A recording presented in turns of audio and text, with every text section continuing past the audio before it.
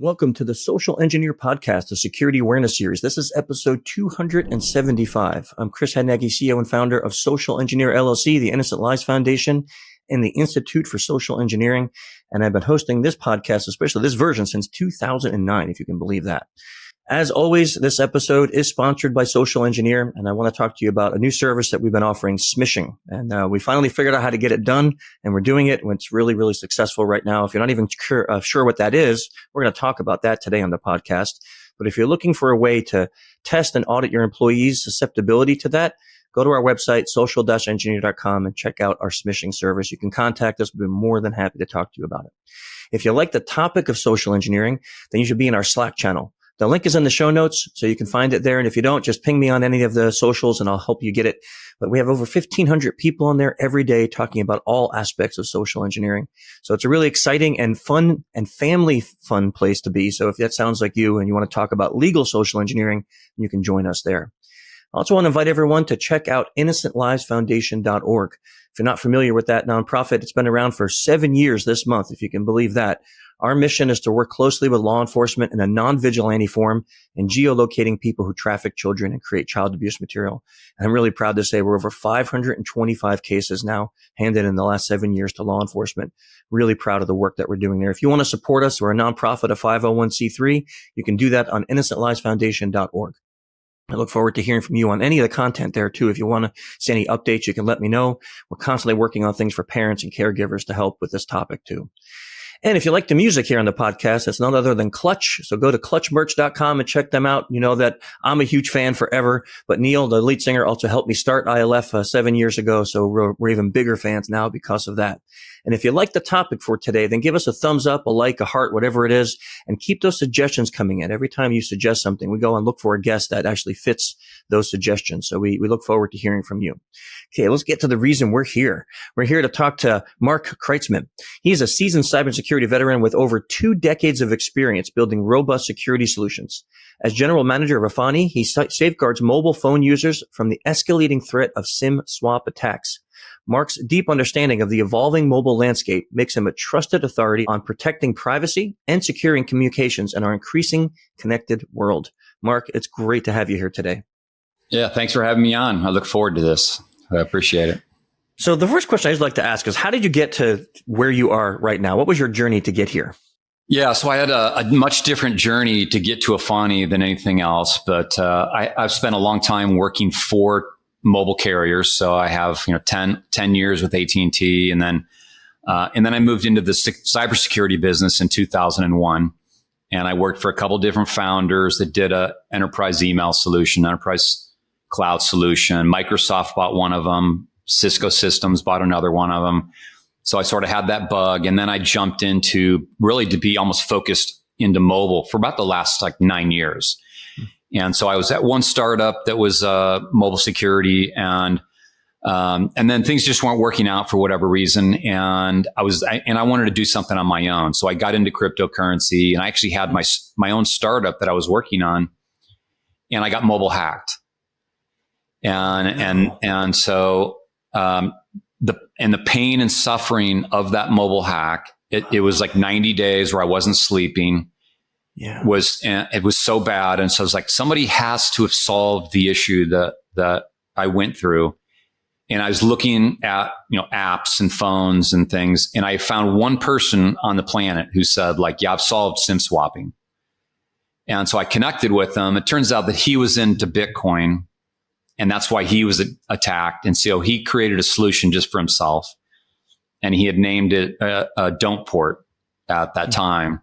And so here I was, some random guy contacting him. We kind of hit it off. And then I said, look, I'm trying to do my own startup right now, but I'm suffering so bad from this that mentally that I want to help you take this to market. And the first thing we did was we changed the name from Don't Port to Efani.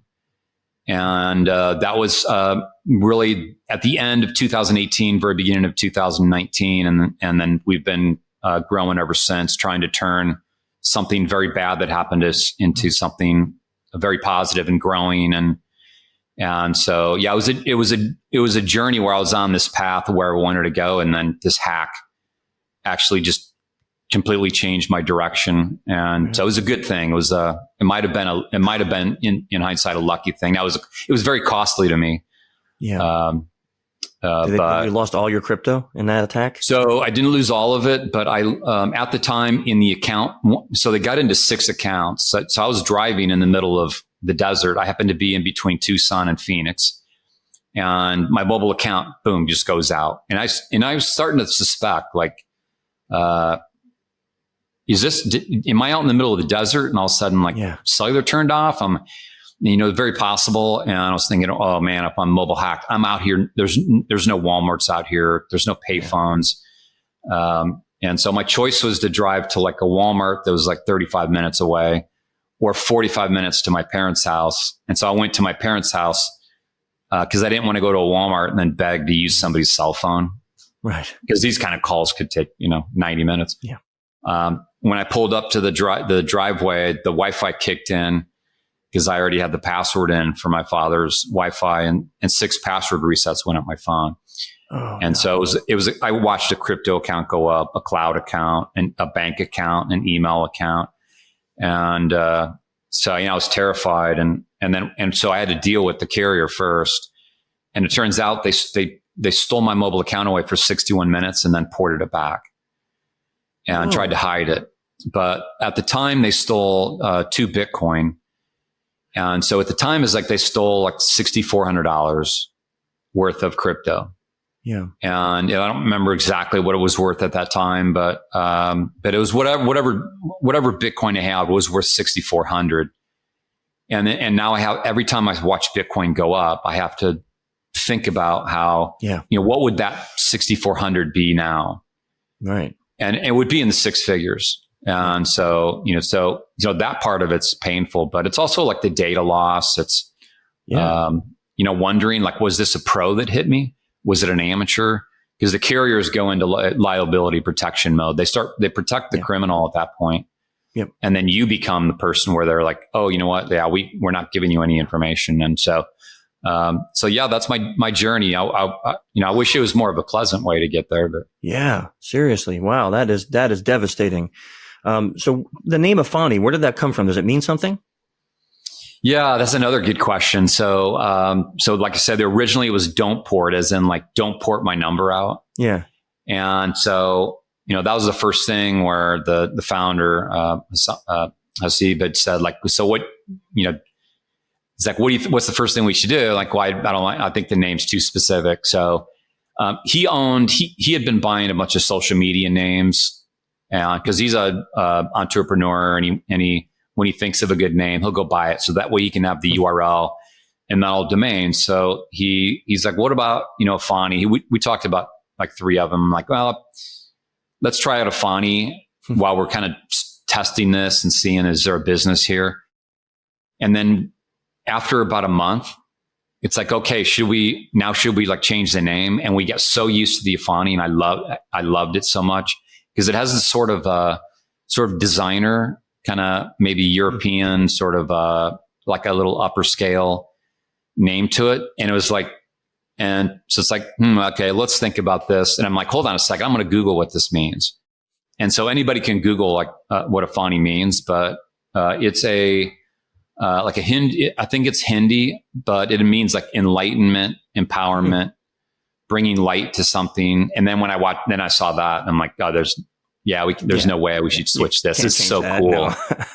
Yeah. Because when we were thinking about it, I was like, could E be for excellence? Could F be for, something else? And, and trying to do it that way. But then when I read that definition, it was like, that should be defined into our mission statement. Yeah. So. Yeah. 100%. So for those who listening that may not even know what it is we're talking about, can you talk about port swapping and what it is, what kind of an attack this is? Yeah. So port swapping. So a lot of people will understand what a legal port swap is, or known as a SIM swap or a port out. But basically the legal version would be, let's say today you have an iPhone 11.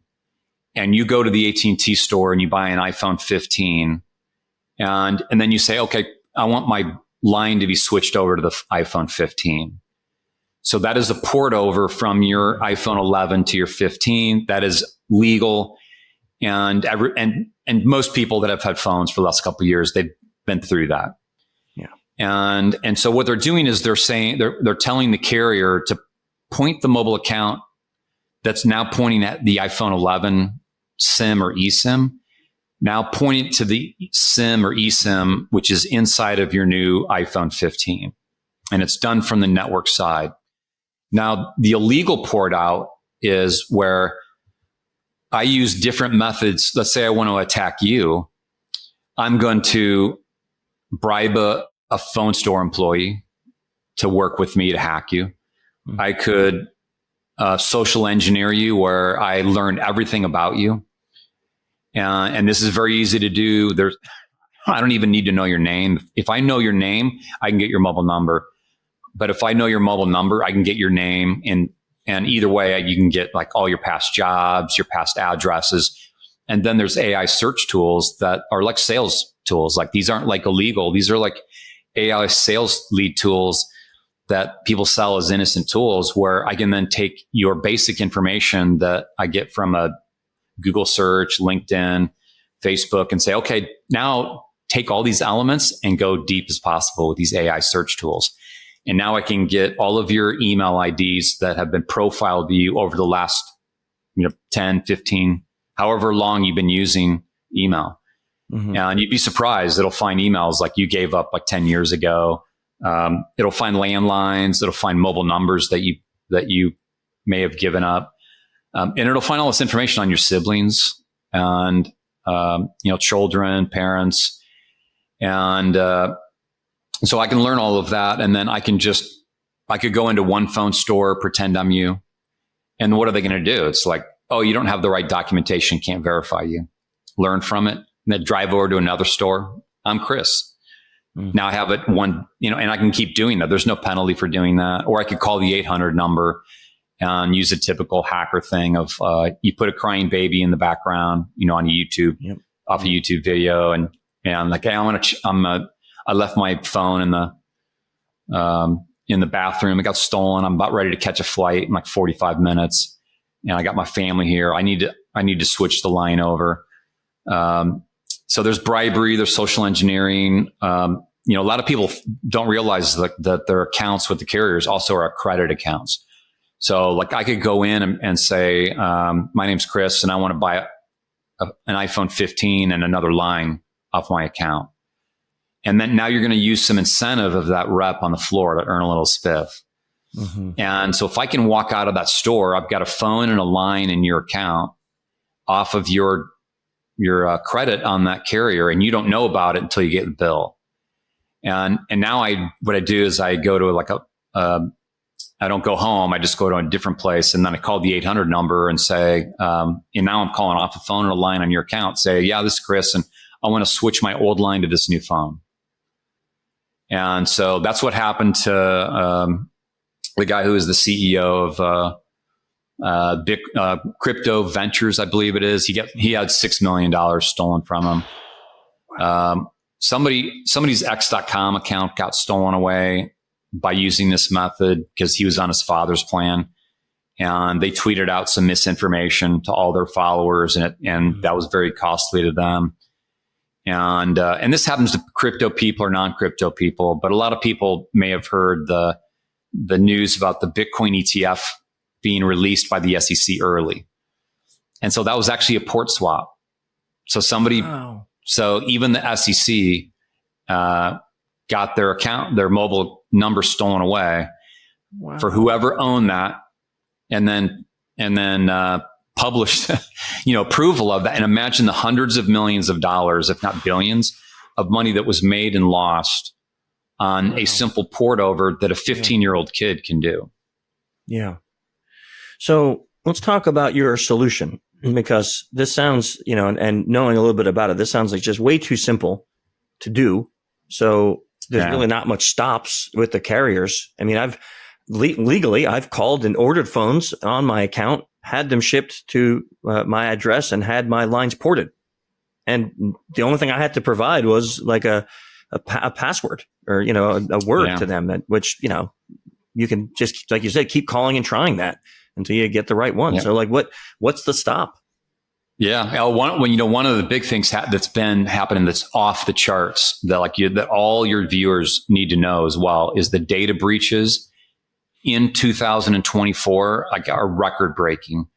Yeah. And so I did a video on the second quarter of this year on the Efani YouTube channel, and there's over 1 billion records of U.S. residents that have been breached just in the second quarter of this year. And the reason it's 1 billion is because on Efani, we have a tool to check this. You can see if your mobile number's been in breaches, and mine came up in 8 different breaches. Wow. And so this is like Department of Motor Vehicles. There's AT&T's been hacked. They've announced 2 different hacks. One was 74 million records. One was 120 million records. And 120 million records is their customer base. Snowflake announced data breach of potentially up to 160 different companies who had loaded data into their platform. And then, and so that's insane. And then on July 4th, Independence Day, obviously, a hacker announced the release of 10 million plain text passwords. And what they did is they took all the data breaches over the last 10 to 20 years, put it in one gigantic, massive file, and then published that on July 4th. Now, most of those passwords are going to be all of us have reset our passwords over and over, multiple times for most of those. But you might have, 1, 2, or 3 that's left in there. But the key part of that is that these data breaches are including passwords. Not only social security and address, but they're including passwords. Like AT&T, the 74 million records stolen earlier this year included passwords. And so AT&T had to reset 74 million people's passwords. And then just a few days ago, the National Public Data Organization, which is a company that that does all the background checks. So if you want to get a background check on somebody, you're most likely going to go to use this National Public Data database. And on August 17th, they announced that they got hacked for 2.7 billion records. That includes our names, our social security address, and more, mobile numbers, and your social security number. And so, and the reason it's 10 billion is because it's not only your information, but it's multiple decades of your family's information. Wow. And so these data breaches are making it very easy to do all the social engineering. And that's why when you talked about your smishing solution, I want to learn more about what you guys are doing, because all of these data breaches really in the last 60, 90 days is going to make smishing and quishing with QR codes. Yeah. And, phishing and all the issues now, including SIM swaps, it's all going to keep getting worse for us. And, so these data breaches are big trouble for us. Yeah. I mean, you just see that one from the National Data, NDP, right? 2.9 billion records. Yeah. 2.9 billion National Public Data. And you can Google this. It came out, the article I saw is in USA Today.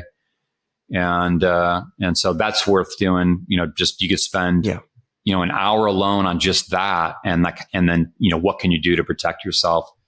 And so Efani is one piece of it. Mm-hmm. So you want to do, multiple things. Like your question about what Efani does, it's very, very simple what we do. So we're set up as a reseller of AT&T and Verizon.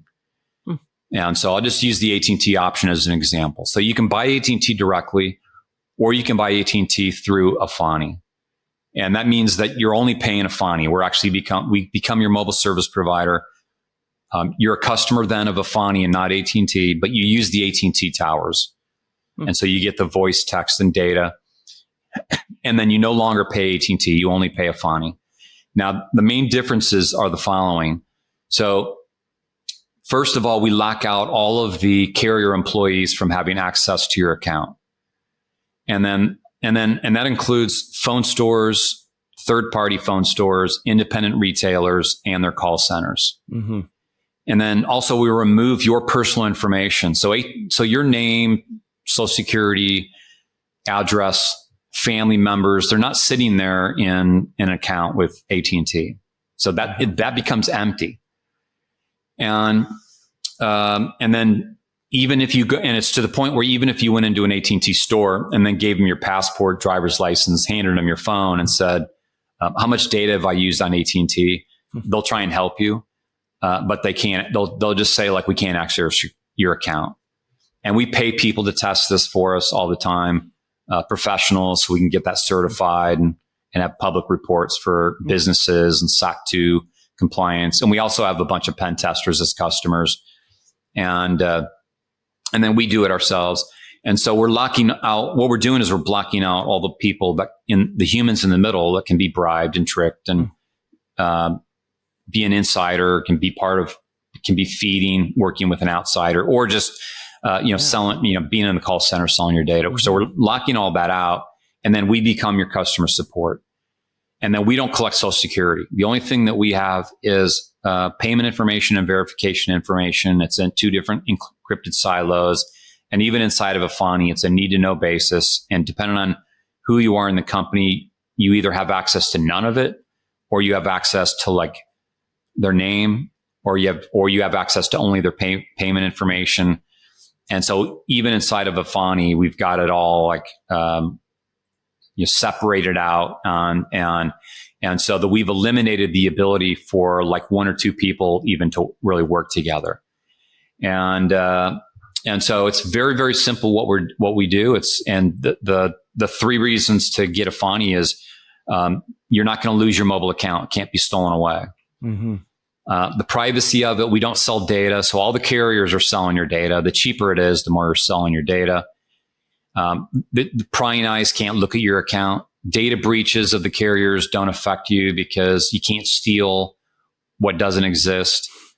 And then, we're eliminating your name and everything being associated with, that could escape even for a data breach or an insider. And then we also back it up with a $5 million insurance policy that protects any losses if your number were to be part of a SIM swap. And so we've been in existence now for nearly 5 years under the Efani brand. We have not had a SIM swap.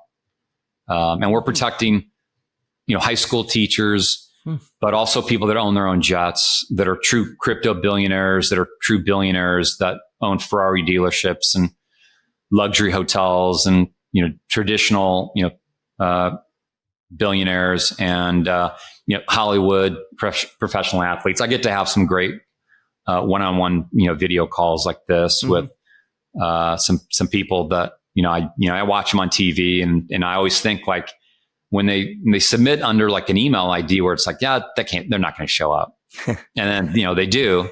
Yeah. And then it's like, maybe you might want to be a little bit more alias with your, with the information you submit. But, so what if, like myself, I'll use myself as an example. I have a family plan. So I have my wife, my 2 kids, somebody else on it. So we got like 5 people on my plan. Can I port that all 5 people over to you as a family plan? Yeah, that's a great question. So it can get pretty expensive. So, one, if you buy 5 lines or more, you get a discount. So there is a discount on that. But typically for families, it'll be 1 or 2 lines. It'll be either the husband or the wife or both.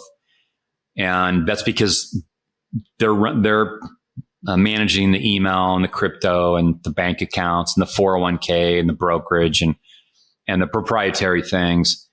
And so it's typically 1 or 2. But yeah, we have families where, they'll put 5, 6, 7 people on it. And because some people they'll just spend the money. They just want to be protected, and they want their 16-year-old daughter to, not get SIM swap to get into her iCloud and things like that. And so, it really depends on, the value of what you want to spend and what you're protecting. So what, how did, you and the guy who started this, how did you come up with the concept and actually talk the networks like AT&T and Verizon or T-Mobile, whatever, to work with you on this? Because it doesn't sound like they really, from what I heard, they don't sound very flexible and easy to work with. Yeah. So, So fortunately, like if for me to do it, if I wanted to do this completely on my own, I probably would not have been able to do it because I wouldn't have, at the time, I would not have the personal juice to, get the right access. And so fortunately, when I contacted who is our CEO now, he had already worked it out with one of the carriers. Now, when you go to do something like this, you most likely wouldn't go and say like, hey, I'm going to actually secure and insure and like fix all your problems. So Efani came out of kind of nowhere. And now we're bringing them business. So we're an add-on to what they do. We bring customers to them, and we bring them, from T-Mobile and Mint Mobile and US Cellular and others as well. And so, it's an odd relationship in the sense that one of our biggest supporters is actually the ex-CISO of AT&T, the Chief Information Security Officer. And he's written a bunch of books, and at one time, he was probably one of the most well-known telecom CTOs in the world. And he's at the bottom of the front page of our website, and he's a big supporter. And so, I talked to him about what we do and the carriers. And so there was this sort of concept of like, well, maybe the carrier, like one of the interesting conversations, by the way, that I've had with him is that, so he gets hired by carriers to defend the carrier in these SIM swap cases. Now, I've been asked multiple times to actually defend the victim. And so that's kind of an interesting conversation. So I've talked to a number of attorneys because they'll contact me and say like, can you do this? And I don't have the time to do it. And like, I'm not looking to like make money by the hour. And I have enough trouble like dealing with, all the Efani interest. Yeah. But we talked, and it's like, the concept was, if the carriers offered Efani, then if they got SIM swapped and lost, $100,000 or whatever it would be, and then wanted to sue them, then the carrier would be able to say, well, in our pricing, we offered you this premium service. And so when they went to court, they would have to throw it out because it'd be like, well, hey, you didn't choose the one that provided SIM swap security. And therefore you just went with the one we just sell it to regular people. And, but the feedback from the carriers, and I've gotten this myself because at one point I wanted to try and get the carriers to offer us. And then, but the conversations are like, well, if we were to offer that, then we're basically admitting that we have a problem. And because, they have commercials like, we're like the most secure mobile network. And it's like, yeah, 5Gs and 4G and LTE are strong protocols. But you can have the most secure phone in the world. You could have, an NSA special, device, and you could have one of these carriers. You put a SIM card in it, and then if your mobile service gets moved to a different phone, like your $10,000 secure phone it's not even part of the equation, right? And then your mobile service, the security of the the actual protocol used, 5G and LTE, is now irrelevant because now a hacker's getting that security. Yeah. And so it's kind of an odd position for them. And, in a way, I guess it's good for us. But, by the way, like if you do get losses and you do want to sue the carrier, you're going to find that they've all quietly pushed in arbitration clauses. And so if you lost, $100,000 or $1 million, you're going to find out that you're going to be forced to go into arbitration. You're going to have to get an arbitration attorney, and you're going to settle for about the attorneys are winning for about 35% of your losses. Wow. And then you're going to have to pay the attorney for that. Wow. And so I had an attorney want to hire me for 8 cases. He had 8 current cases. And, I said, for one, I don't really want to go public about going against carriers because we resell them. And he said, no, you're in luck because these 8 aren't the 2 you resell. And he said, the judge doesn't know what a SIM swap is. And the carrier's defense is that SIM swaps have been normalized in the industry. And therefore, because it happens on every carrier, the carrier should not be held responsible for what is considered to be a normalized activity. And it's like, oh, okay, well, that seems like a sort of an odd defense. I've never really thought about, whether that happens normally. You should just accept it, right? Yeah. So I mean, people get mugged every day, so I guess I should just accept getting mugged at the ATM. Yeah. Yeah. Wow. That's that's an amazing story, by the way, and sounds like an amazing service to be offered, especially for people who have a lot of sensitive information in their possession on their phones. I mean, I don't know anyone who doesn't use their phone as like a second computer, right? A phone's not a phone anymore. I use multiple. As a victim, I live on PTSD with devices. I have multiple laptops. I have multiple devices. Yeah. Multiple carriers. Multiple authenticator apps. Yeah. And multiple different VPNs. So yep. I wouldn't say that everybody should do anything close to what I'm doing. But to isolate some things off is good. But with the things like QR codes. I was talking about QR codes with somebody, and it's like I read about quishing. You scan a QR code, so I started to research it and I started generating my own QR code, and then I could see how easily you go into a restaurant and somebody could create a QR code sticker and then put it over the one at the restaurant. So you go in there and you use your phone and you scan it to get the menu. And so, that sticker could actually take you to their server and then serve you malware and then forward you to the menu. Mm-hmm. So you scan it and the menu pops up and you're thinking like, oh, this is cool. Okay, I got what I want. And so you're just going to enjoy your Buffalo Wild Wings, whatever you're going to have. and not even realizing that, your phone might have just gotten, hacked. Yeah. So, even like with QR codes that you see like physically at like stores, restaurants, you just take your thumb and make sure like there's no sticker or something over it. But it's things like that where we have to be concerned. Obviously, the text messages that come in randomly. Yeah, 100%. So, Mark, if people want to find out more about Efani or about you, what's the best way for them to do that? Yeah. So, just Efani.com, okay. Easiest place. If you want to have a call one-on-one with one of our sales reps, there's a book a sales call button in the top right as well. And so you can schedule a call and we do these one-on-ones with people. Mm-hmm. And happy to consult with people on, are we the right service for them? Mm-hmm. And then there's a chat bot on our website and then they can call in as well. We're pretty busy these days, so sometimes it's hard to get an actual you get our customer support, but sometimes it's hard to get a sales rep, right away, but you can try it out. But we try and call people back right away. And then another resource is the Efani YouTube channel, and they'll see a lot of me on there.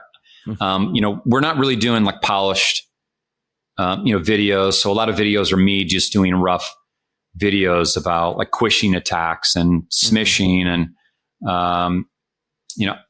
IMSI catchers, cell phone, cell tower spoofing devices. And so I'm trying to put out a lot of content to help keep people educated on data breaches and different tools. And so if you've got a solution, I'd like to learn about yours at some point and see if that's a video maybe I'd want to do on the solution you have.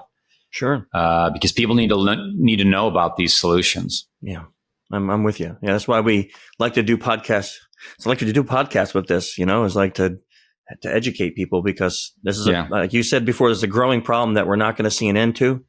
So we need to come up with ways to combat it, right? Otherwise, we're just going to be stuck. Yeah.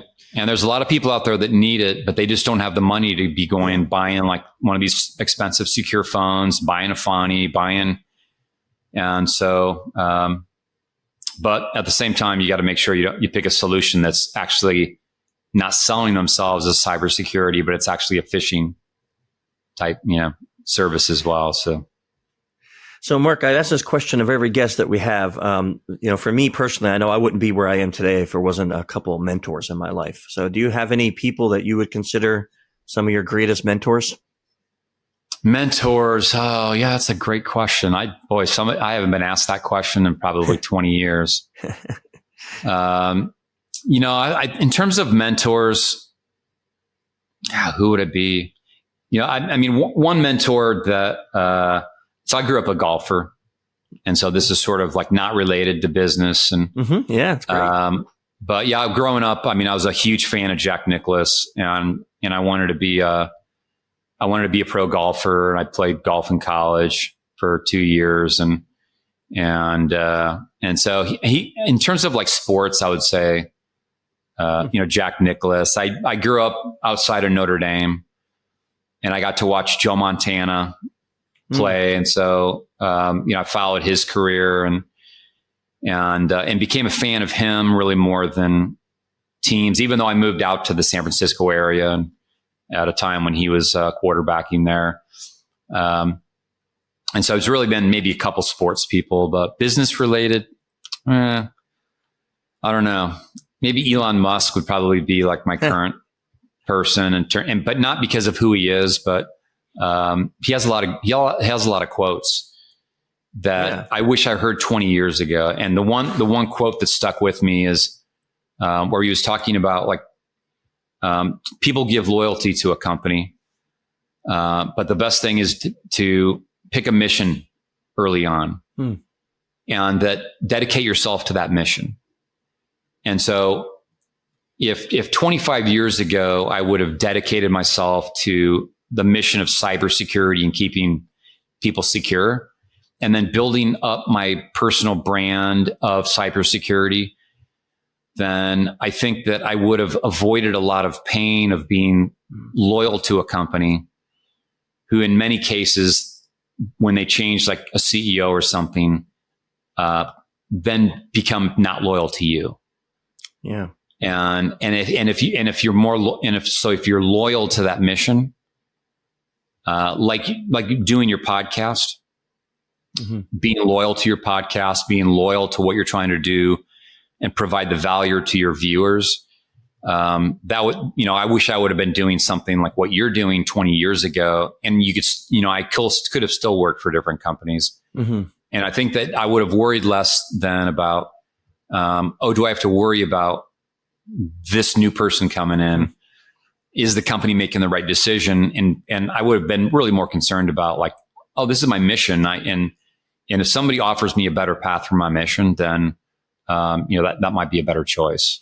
And so, I think it's really for me more about quotes of like Gary V. I can find like 20 things he said that I love, but then I can find like 100 things that he said where it's kind of like, that's good for viral. That's a long answer, but no, that's okay. That's okay. Yeah. So one of our questions I always ask is, some of our listeners are avid readers, and we've been collecting books, for forever, since 2009, and we started this. It doesn't have to be about what we talked about. It could be any topic. But do you have any books that you say are your favorite books of all time? Oh man, I would say the only book that's really like ever stuck with me, and I really even. I think it's stuck with me because it's helped me deal with politics, dealing with unscrupulous business people, and I've spent a lot of time in Silicon Valley, which always claims to be data driven, but you can use data. Data is the best way to lie to people. And so a book that has always stuck with me, and this has gone way back to college, is How to Lie with Statistics. And this is going back like probably 3 decades. And the book may be even older than that. And it's not a book where I would say, I would say like everybody has to go and read this. But it's just something that has stuck with me every time I've seen. Whether it's politics, national news, or business people attempting to utilize data to lie and make claims. Thanks, Mark. Excellent suggestions with the books. I've not had How to Lie Statistics suggested, so we'll add that to our reading list. And thank you for coming on the podcast today. We really haven't discussed SIM swapping and what can be done about it. So this was a fascinating topic that I'm sure a lot of our listeners will thoroughly enjoy. And I want to thank you all for joining us today. Hopefully you did enjoy the episode and learn something from it and keep yourself safe. And please do until next time. And next month, we'll be joined by another cybersecurity expert. Until then, stay safe and secure. There's a lot going on out there. See you.